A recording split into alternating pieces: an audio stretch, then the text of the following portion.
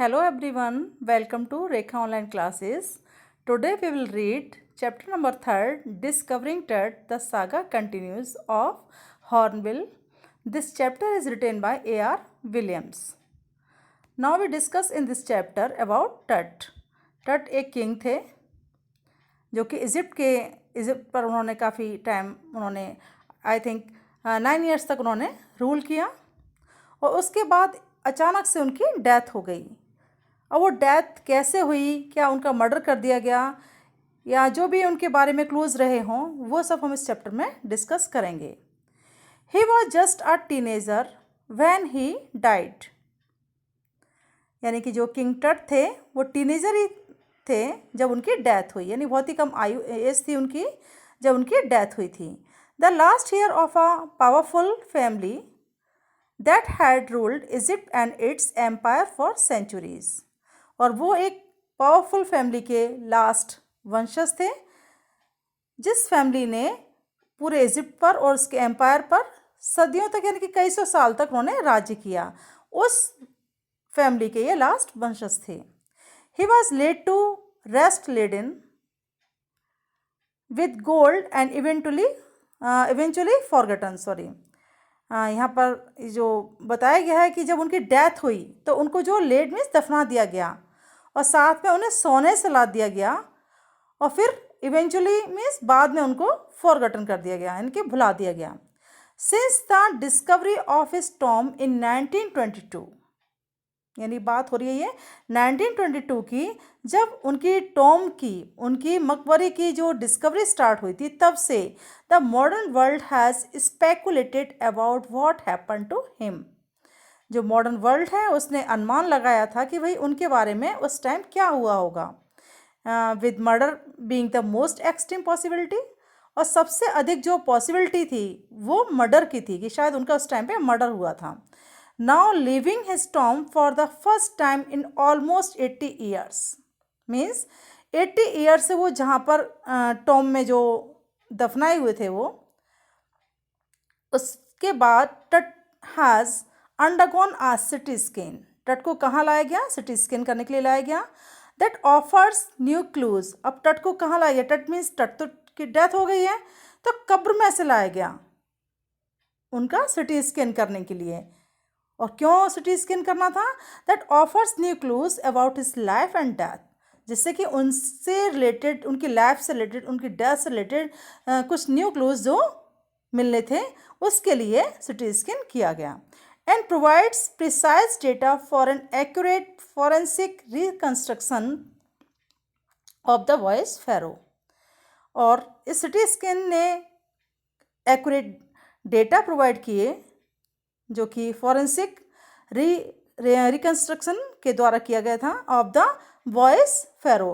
और किसका किया गया था? वॉइस मीन्स क्योंकि इनकी डेथ उस टाइम हुई थी जब ये टीनेजर थे, इसलिए उस टाइम ये बॉय थे, और फेरो मीन्स किंग, यानी कि इस वॉइस फेरो के फॉरेंसिक रिकंस्ट्रक्शन के एक्यूरेट डेटा जो है वो इस सिटी स्कैन ने प्रोवाइड किए। An angry wind stirred up ghostly dust devil as King Tut was king from his resting place in the ancient Egyptian cemetery known as the Valley of the Kings।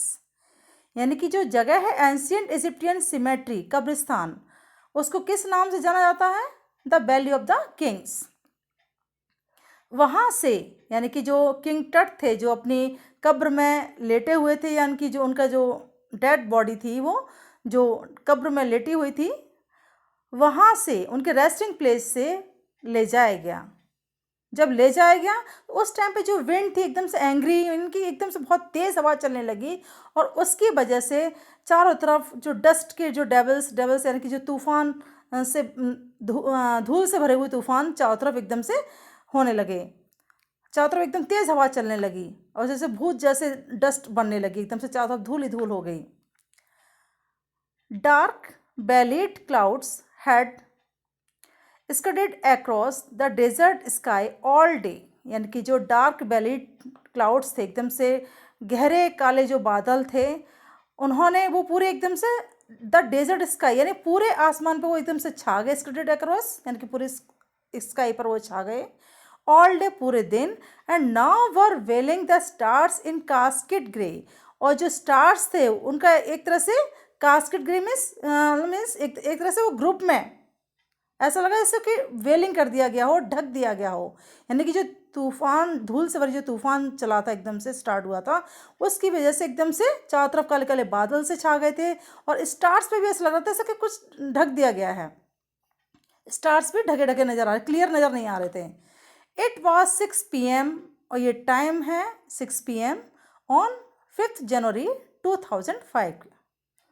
The world's most famous mummy glided head first into a CT scanner brought here to prove the lingering medical mysteries of this little understood young ruler who died more than 3,300 years ago। और ये जो world के सबसे अधिक famous जो mummy थी, glided, उसका जो हेड है सबसे पहले उसका सिटी स्कैन किया गया, और उससे जुड़े हुए जो भी मिस्ट्रीज थी, यानी कि जो भी मिस्ट्री, मेडिकल मिस्ट्रीज जो अभी भी अटकी पड़ी थी, जो भी सुलझी नहीं थी, उसको क्लियर किया।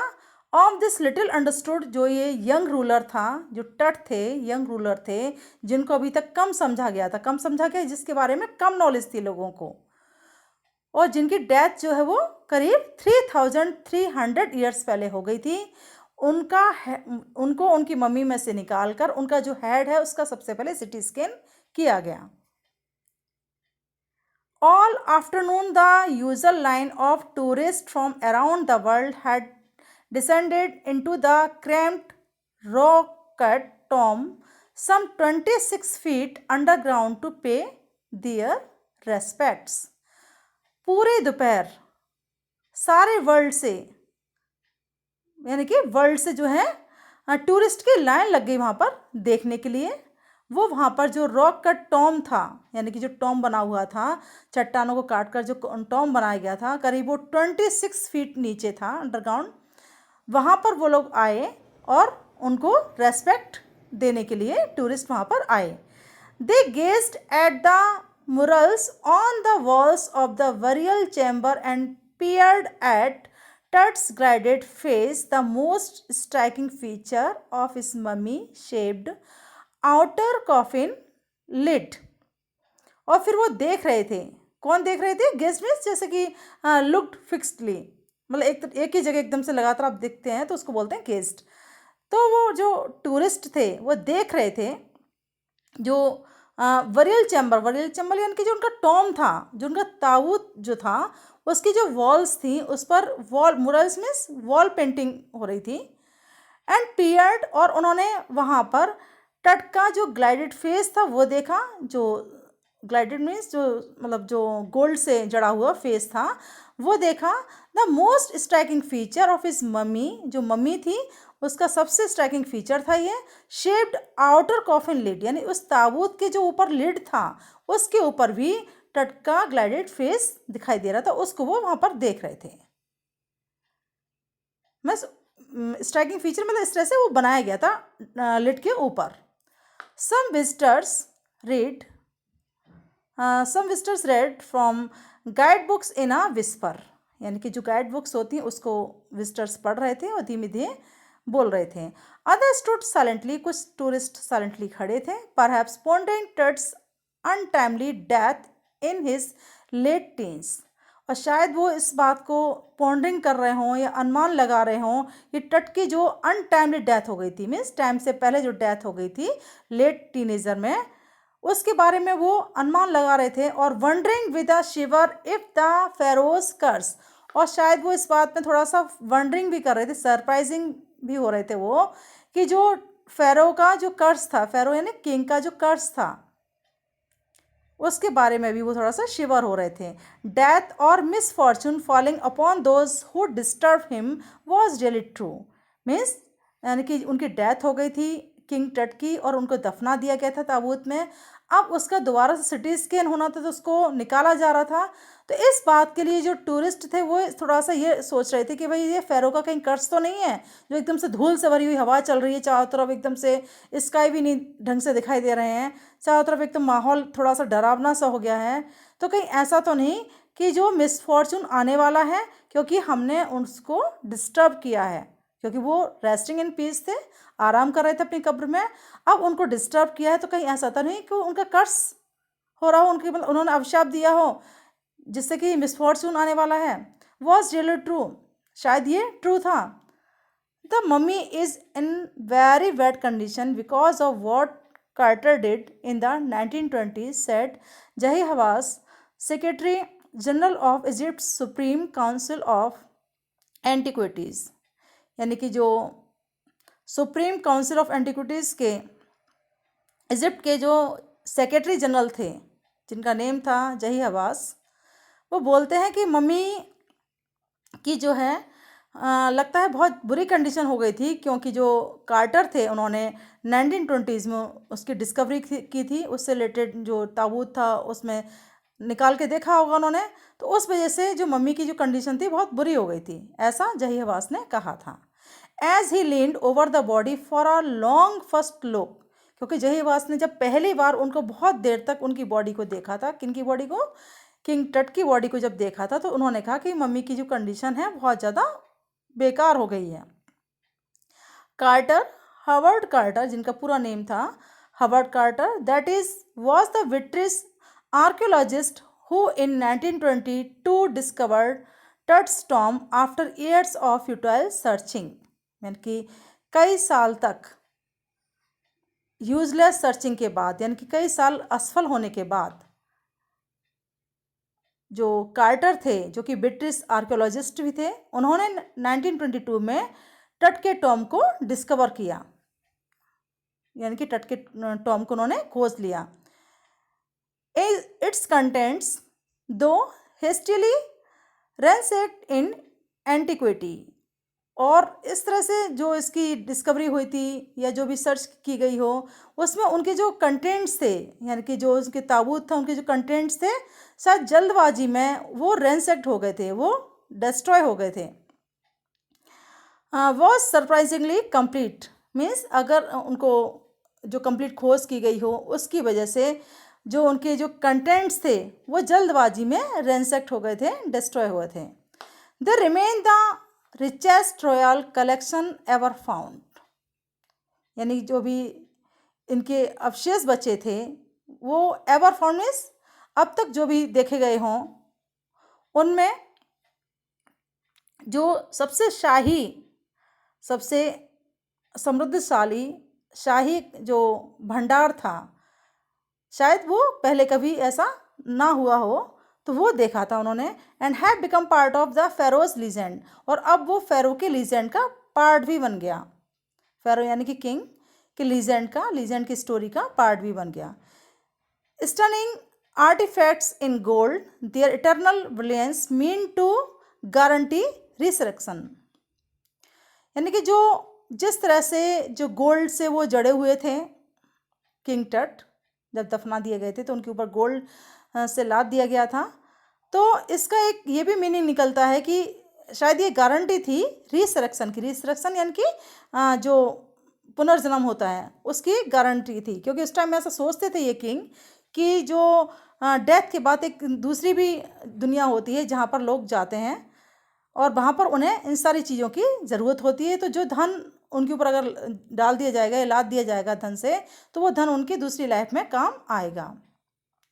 Caused a sensation at the time of the discovery, जिस टाइम ये डिस्कवरी की गई तो एकदम से एक सेंसेशन क्रिएट हो गई। And still get the most attention, शायद इस पर सबका अधिक ध्यान भी गया हो।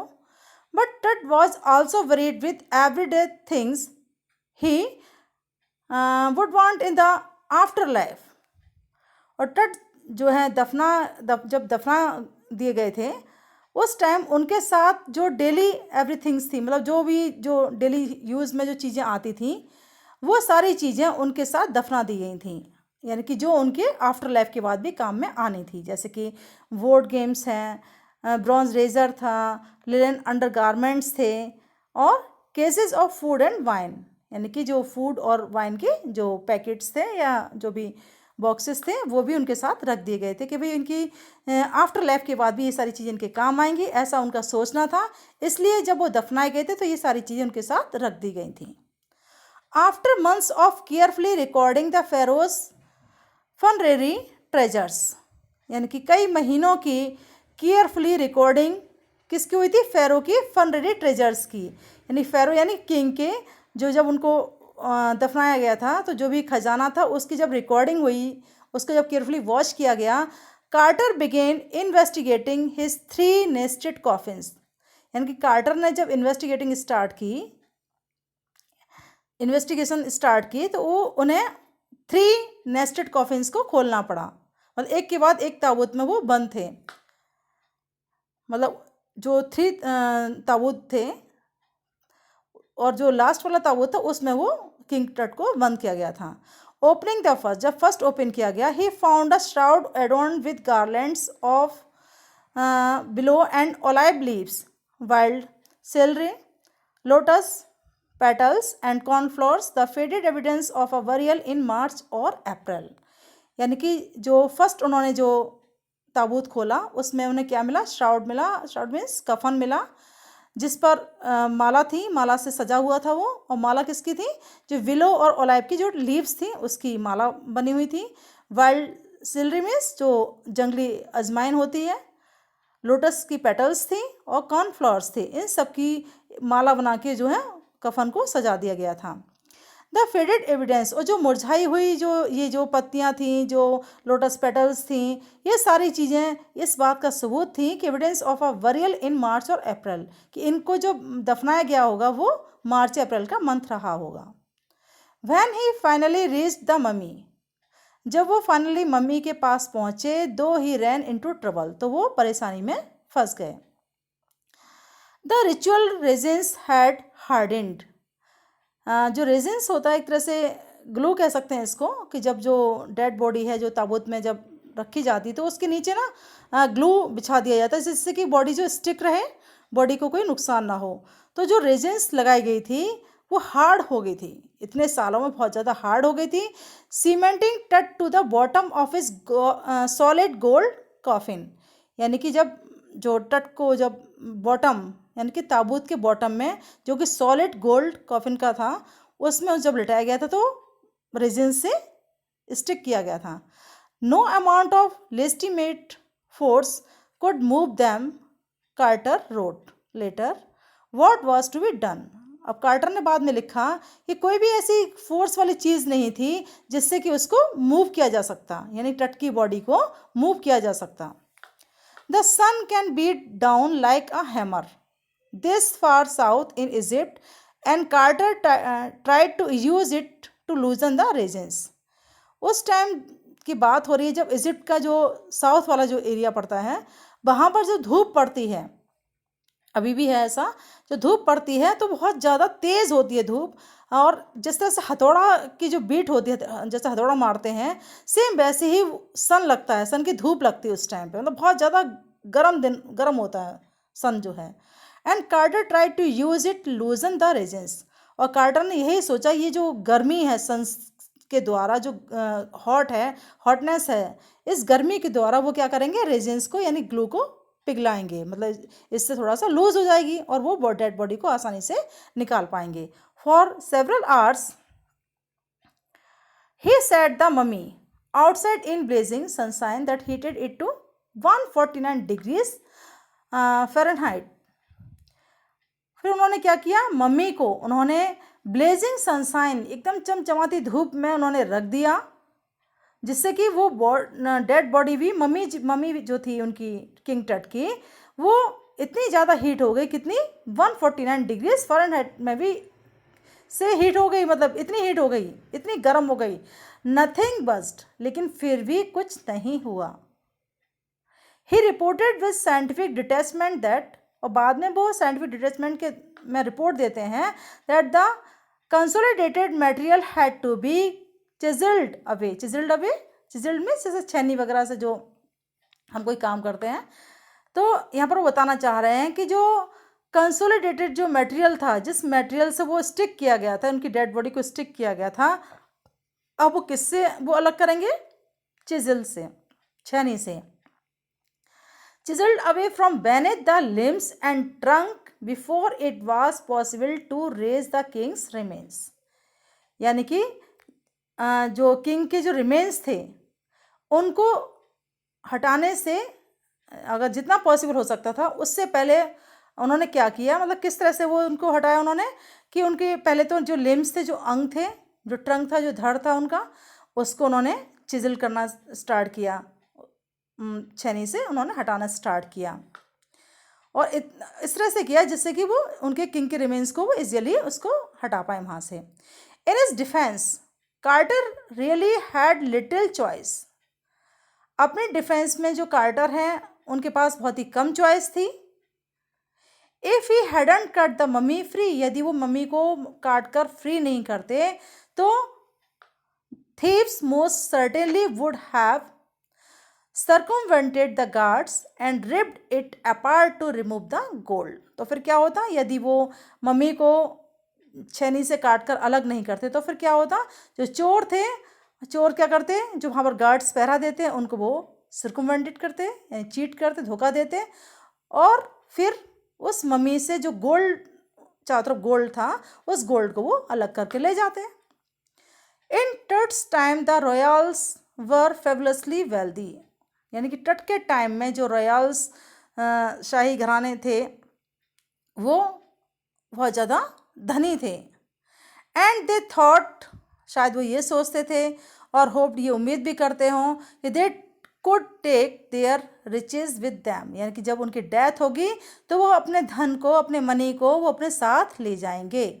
For a journey to the great beyond, उस जर्नी के लिए जो इस संसार से एक दूसरे संसार में जाती है, यानी डेथ के बाद की जो जर्नी होती है उस जर्नी में भी वो अपने धन को साथ ले जाएंगे, ऐसा उनका सोचना था। King Tut was lavished with glittering goods precious collars, और जो किंग टट थे उन पर जो सोना जो लादा गया था, जो भी चीज़ें लादी गई थी गोल्ड की, वो ये सारी चीज़ें थी, जैसे ग्लिटरिंग गुड्स थे, प्रीसियस कॉलर्स थे, इनलेट नेकलेस थे, ब्रेसलेट्स थी, रिंग्स, एमुलेट्स, सेरेमोनियल एप्रन, यानी कि जो सेरेमनीज, यानी कि जो भी ओकेजन्स होते हैं, जो एप्रन वगैरह जो पहनते हैं वो सारी चीज़ें, sandals, seats for his fingers and toes, यानी कि जो टोज और फिंगर्स के लिए जो कवर होते हैं गोल्ड के वो, and the now iconic inner coffin, और iconic inner coffin and mask, all of pure gold, यानी ये सारी चीज़ें प्योर गोल्ड की बनी हुई थी। और वो चीज़ें सारी जब किंग टट को दफनाया गया तो उनके ऊपर ये सारी चीज़ें लाद दी गई। टू सेपरेट टट फ्रॉम हिज एडॉर्नमेंट्स, यानी कि टट को उनके एडॉर्नमेंट से, उनके आभूषण से अलग करने के लिए Carter's men remove the mummy's head and severed nearly every major joint. तो कार्टन के जो मैन थे उन्होंने क्या किया, सबसे पहले मम्मी की हेड को अलग किया, फिर उसके जो मेजर जॉइंट थे उनको अलग किया। वंस दे फिनिश्ड, जब उनका काम फिनिश हुआ, they reassembled the remains on a layer of a sand in a wooden box.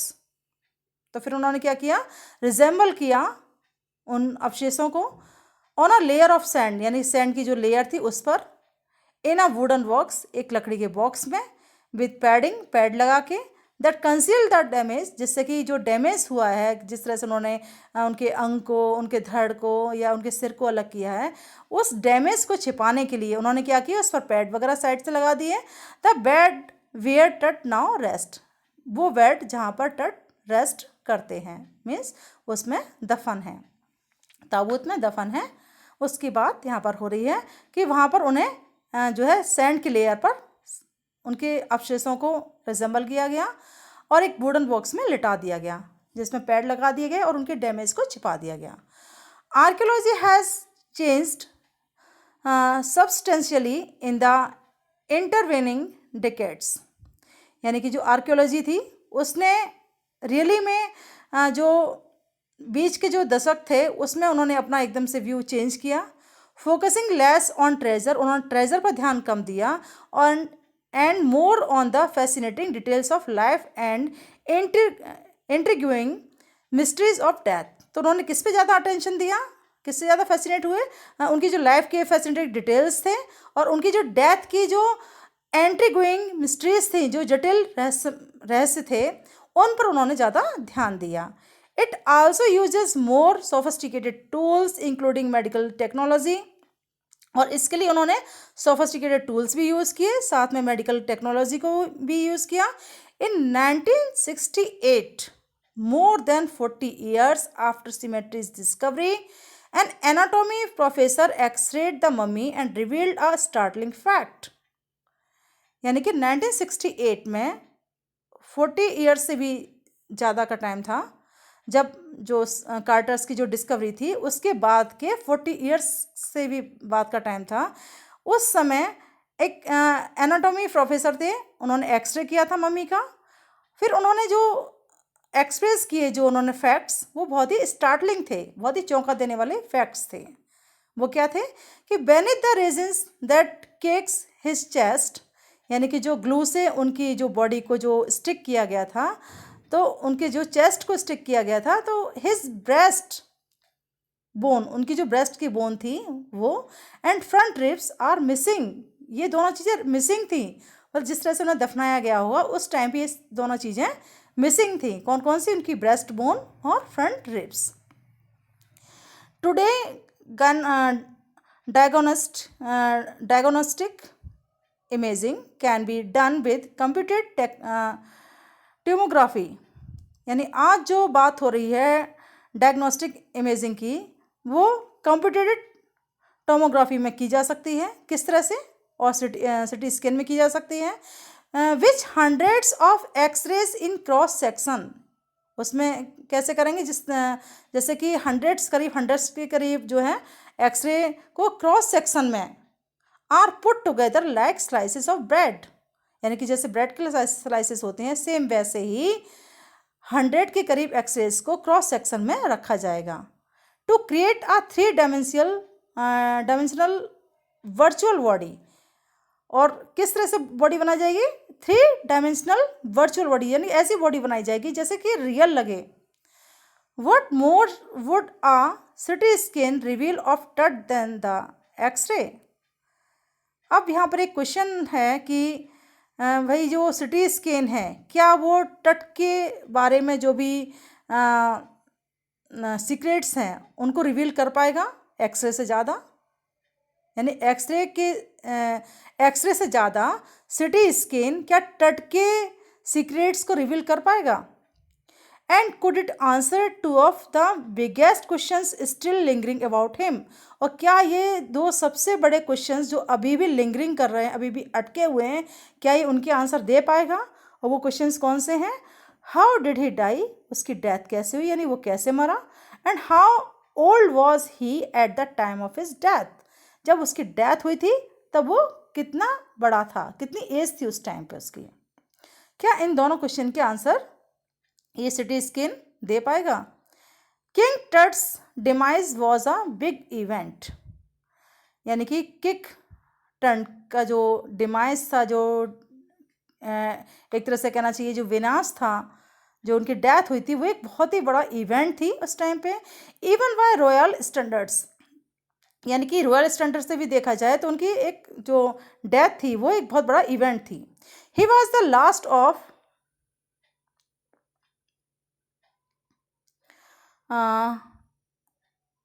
he was the last of his family's line, यानी कि जो एक तरह से देखा जाए कि जब उनकी डेथ हुई थी तो वो अपनी फैमिली के लास्ट वंशज थे। एंड इस funnel was the death Ratle of a dynasty, और उनकी जो फनल थी, जो उनकी शव यात्रा थी, वो क्या थी? एक तरह से उनके डायनेस्टी का एक डेथ थी, मतलब उनकी डायनेस्टी का एक तरह से अंत ही हो गया था, डिस्ट्रॉय हो गई थी, पूरा का पूरा वंशज ही खत्म हो गया था, क्योंकि वो लास्ट वंशज थे अपनी फैमिली के। But the particulars of his passing away and its aftermath are unclear, लेकिन अगर देखा जाए तो उनके जो पासिंग अवे, जो भी जिस तरह से वो गुजरे थे उनके बारे में, या उनकी जो भी आफ्टर डेथ उनकी जो भी चीज़ें थी वो सब अनक्लियर थी, अभी क्लियर नहीं हुई थी ये। अब उनके बारे में ये बताया जा रहा है कि जो एमेनहॉटेप थे, एमेनहॉटेप थर्ड थे, टट्स फादर और ग्रैंडफादर, शायद ये उनके टट के फादर रहे हों या ग्रैंडफादर रहे हों, वॉज अ पावरफुल फेरो, वो एक शक्तिशाली राजा थे, who ruled for almost 4 decades at the height of the 18th dynasty golden age. Means उन्होंने करीब 4 दशकों तक, जो कि उस समय गोल्डन एज की 18th डायनेस्टी की हाइट पर थे, यानी कि गोल्डन एज की 18th डायनेस्टी की हाइट पर 4 दशकों तक उन्होंने राज्य किया था। His son Amenhotep fourth succeeded him, फिर उनके बाद उनका जो सन था एमेनहॉटेप उसको उत्तराधिकारी बनाया गया, and initiated one of the strangest periods in the history of ancient Egypt. और तभी से एंशियंट इजिप्ट की हिस्ट्री में सबसे अजीब युग की स्टार्टिंग हुई। The new pharaoh promoted the worship of the Aten. Thus Sun Disk changed his name to Akhenaten, यानी कि जो न्यू फेरो थे, जो न्यू किंग थे, वो किंग की पूजा करते थे, एटेन की पूजा करते थे, सन डिस्क, और उन्होंने अपना नेम चेंज करके क्या रख लिया, उन्होंने एटेन कर लिया। अब एटेन यानी लास्ट में जो 4 लेटर्स हैं ATEN, यानी कि वो उन्होंने अपने जिसकी वो पूजा करते थे उसके नाम के साथ अपना नाम ऐड करके उन्होंने एखेनटन रख लिया उन्होंने, और सर्वेंट ऑफ द एटन, या उसको अदर वर्ड्स में हम बोलें तो एटन का servant, and move the religious capital from the old city of Thebes to the new city of Akhetaten. उन्होंने अपनी जो धार्मिक उनकी जो कैपिटल थी, उनकी जो धार्मिक कैपिटल थी जिसका name old city of thieves था, उससे उन्होंने क्या किया, न्यू सिटी ऑफ अखेटेटन रख दिया, यानी कि वहाँ तक उन्होंने उसमें चेंज कर लिया। नोन नाउ एज अमरना, यानी अब उसे अमरना के नाम से जाना जाता है। He further shock the country by attacking Amun, a major god, smashing his images and closing his temples. और उन्होंने क्या किया, ये जो अखेनटन जो किंग थे उन्होंने क्या किया, जो उस टाइम पे जो अमून जो उनके मेजर गॉड थे वहाँ पर उस कंट्री के इजिप्ट के जो मेजर गॉड थे अम्यून, उसको उस पर उन्होंने अटैक करके और उनकी इमेजेस को डिस्ट्रॉय करके उनके टेम्पल्स को बंद करवा के उन्होंने कंट्री को शॉक दे दिया, एक तरह से कंट्री शॉक्ड रह गया उनके कामों से। It must have been a horrific time, said Ray Johnson, director of the University of Chicago's Research Center in Luxor, the site of ancient Thebes।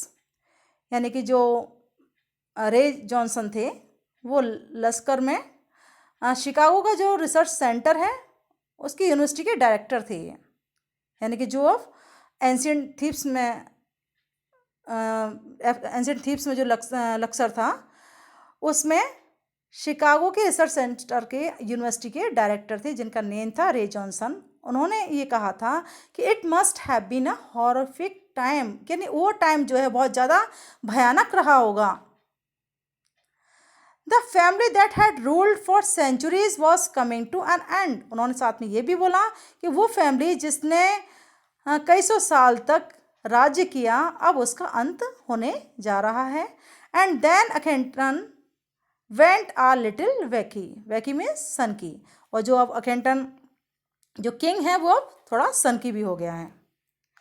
After Akhenaten's death a mysterious ruler named Smenkhkare appeared briefly and excited with hardly a trace। Akhenaten की death के बाद एक रहस्यमयी जो शासक था, जो राजा था, उसका नेम सेमेनखरे था, वो अचानक से एकदम शॉर्ट पीरियड के लिए अपीयर हुआ, यानी शॉर्ट पीरियड के लिए वो राजा रहा और फिर वो उसका फिर कुछ भी उल्लेख नहीं मिलता, मतलब हार्डली अ ट्रेस मीन्स उसके बारे में कोई ज़्यादा किसी को नॉलेज नहीं है, बहुत ही शॉर्ट पीरियड के लिए वो किंग रहा। And then a very young Tutankhaten took the throne. और उसके बाद बहुत ही कम एज का जो तूतनखातेन था उसने सिंहासन को संभाला।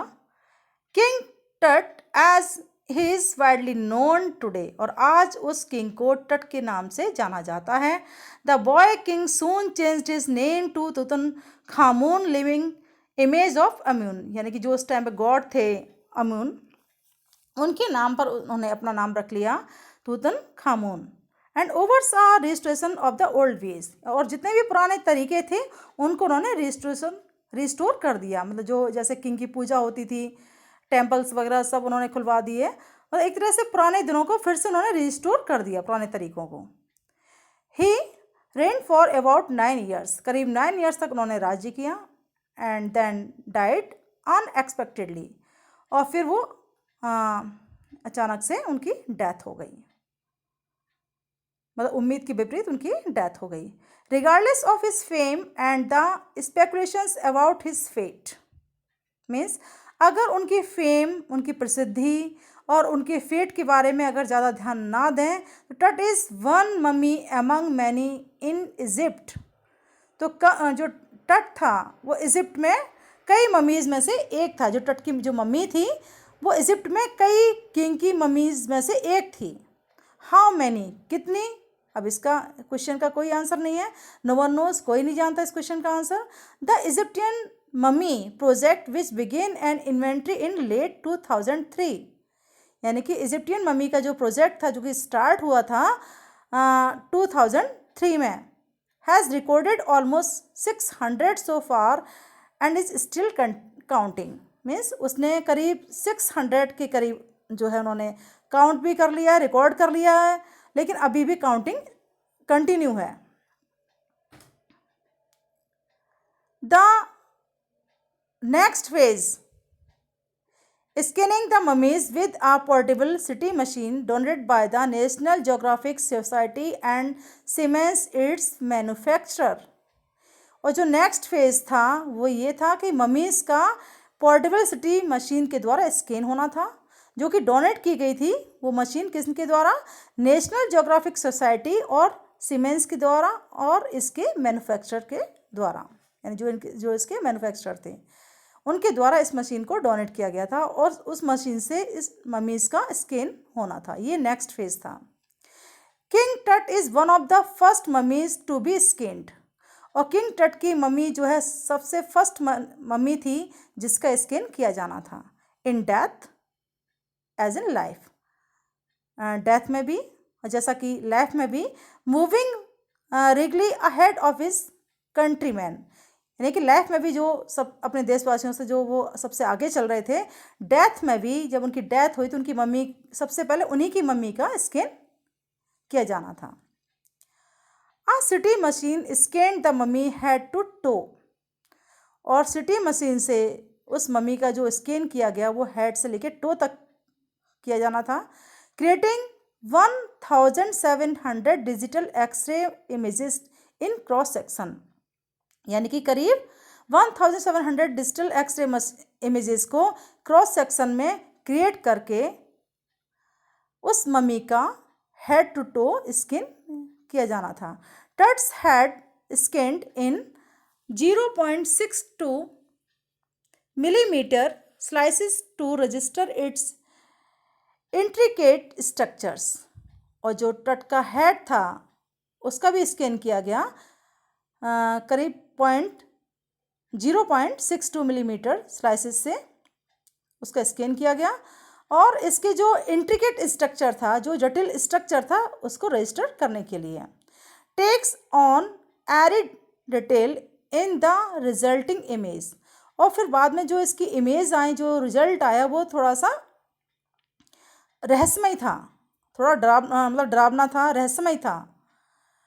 With Tut's entire body similarly recorded, मतलब टट की जो पूरी बॉडी थी एक तरह से उसकी पूरी रिकॉर्ड हुई इसकी बॉडी का रिकॉर्ड बना। A team of specialist in radiology, और उस टीम जो रिकॉर्ड करने के लिए जो टीम आई थी वो टीम थी रेडियोलॉजी में जो स्पेशलिस्ट थे, फॉरेंसिक्स में जो स्पेशलिस्ट थे, एंड एनाटॉमी में भी जो स्पेशलिस्ट थे, उनकी टीम वहाँ पर आई began to probe the secrets that the winged goddesses of a gilded burial shrine protected for so long.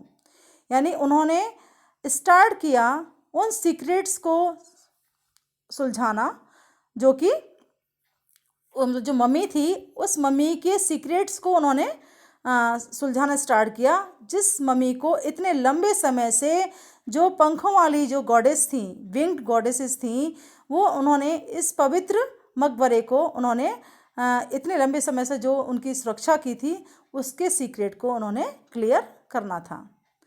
The night of the scan workmen carried Tut from the tomb in his box.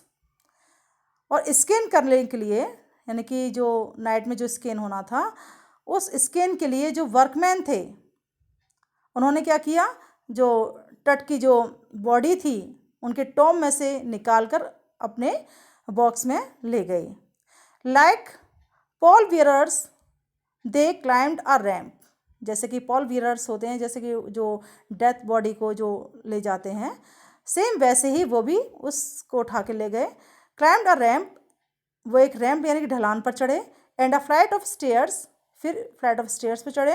In to the swirling sand outside, और बाहर एक करीब रेतीला जो मैदान था, जो भंवर मतलब चारों तरफ बालू ही बालू थी, वहाँ पर वो उसको ले गए।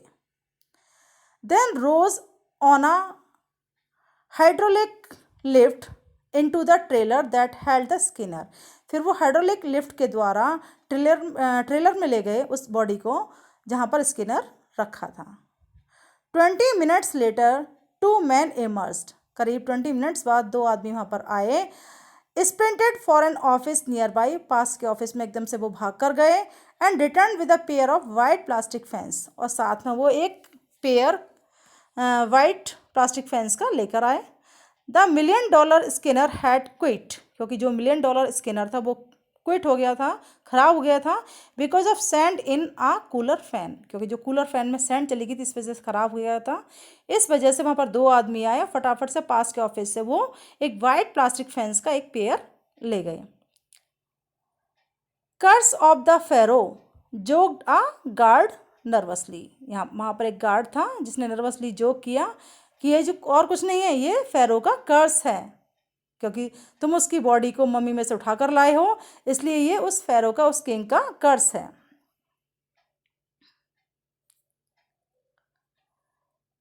इवेंटुअली the substitute fans worked well enough to finish the procedure. जो सब्सटीट्यूट फैंस थे, यानी कि जो दूसरे फैंस लाए गए थे, आखिर में वो फैंस जो है वो अच्छे से काम कर रहे थे, और जब तक प्रोसीजर फिनिश हुआ तब तक उन्होंने अच्छी तरह से काम किया। After checking that no data had been lost, और चेक करने पर कि कोई भी डेटा लॉस्ट नहीं हुआ है, द टेक्नीशियंस टर्न टट ओवर टू द वर्कमैन। जो टेक्नीशियंस थे उन्होंने टट की डेड बॉडी को वर्कमैन को दे दिया, who carried him back to his tomb. और वो वर्कमैन टट की डेड बॉडी को वो उसके टॉम में वापस ले गए। Less than 3 hours after he was remove from his coffin, यानी कि जो कॉफिन था, जो उनका ताबूत था, उससे जब उन्होंने रिमूव किया तो जो हटाया था उन्होंने वहाँ से किंग टट की डेथ बॉडी को, वो करीब 3 hours यानी 3 hours से भी कम के टाइम में उन्होंने उस डेथ बॉडी को उन्होंने वापस कॉफिन में रख दिया। The pharaoh again rested in peace where the funerary priest had laid him so long ago।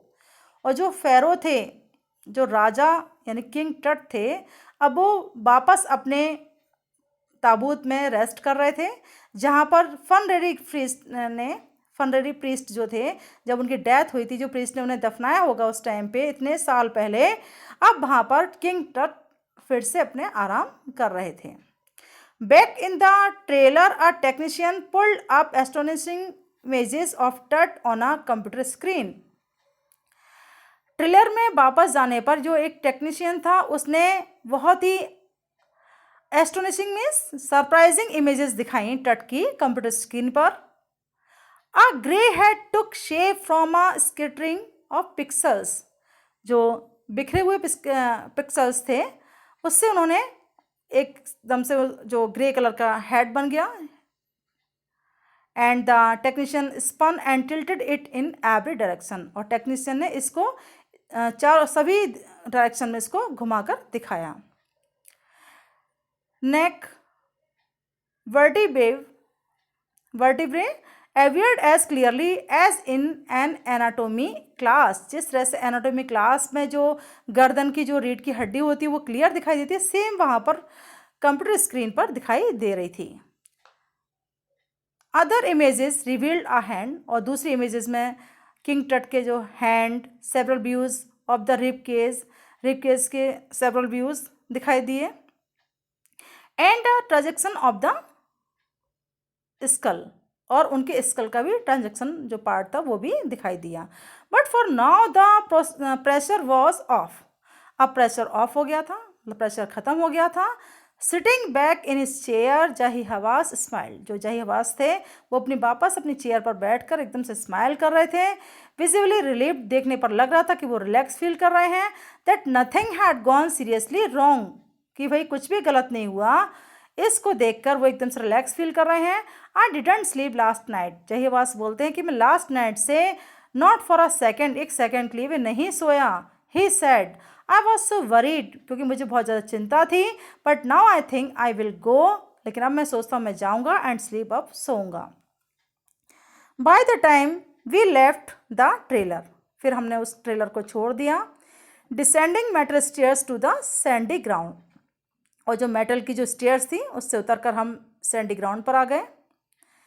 The wind had stopped, हवा एकदम से रुक गई थी। द विंटर एयर ले कोल्ड, हवा बहुत ज़्यादा ठंडी थी उस टाइम, एंड स्टिल एकदम से रुकी हुई हवा थी, चल नहीं रही थी। लाइक डेथ इटसेल्फ, जिस तरह से डेथ होती है सेम वैसे ही हवा भी एकदम से स्टिल थी और बहुत ज़्यादा ठंडी थी। In this valley of the departed, इस डिपार्टेड की वैली में, मीन्स मृतकों की घाटी में, जो डेथ की तरह ही हवा भी वहाँ पे एकदम से ठंडी थी और एकदम से स्टिल थी, रुकी हुई थी। Just above the entrance of Tut's tomb stood Orion, यानी कि जो टट का जो टॉम था, जो ताबूत था, उसके एंट्रेंस के ठीक सामने स्काई में ओरियन खड़ा था। ओरियन यानी कि the constellation that the ancient Egyptians knew as the soul of Osiris, यानी कि कॉन्स्टेलेशन यानी कि ग्रुप ऑफ स्टार्स। तो वहाँ पर जो किंग का जो टॉम था, जो टट का टॉम था, उसके ठीक सामने ओरियन जो स्टार थे वहाँ पर वो खड़े थे और स्काई में थे। और जो एंशियंट इजिप्टियन थे वो ये जानते थे कि भाई इसको क्या बोलते थे, वो soul of Osiris, the god of the afterlife, यानी कि आफ्टर लाइफ का जो भगवान है, जीवन के बाद जो भगवान है ऑरिसिस, उसकी आत्मा के रूप में उस स्टार को वो महसूस करते थे या जानते थे। Watching over the boy king, और वो जो ऑरिसिस था, जो किंग था, वो बॉय किंग को वॉच कर रहा था। बॉय किंग यानी कि जो किंग टट की डेथ जो है वो टीनेजर में हो गई थी, तो उस टाइम वो बॉय थे और किंग भी थे, इसलिए उस किंग को वो वॉच कर रहा था। I think children, I hope you understood this story. Thank you, and please don't forget to subscribe my channel and hit the like button. Thank you.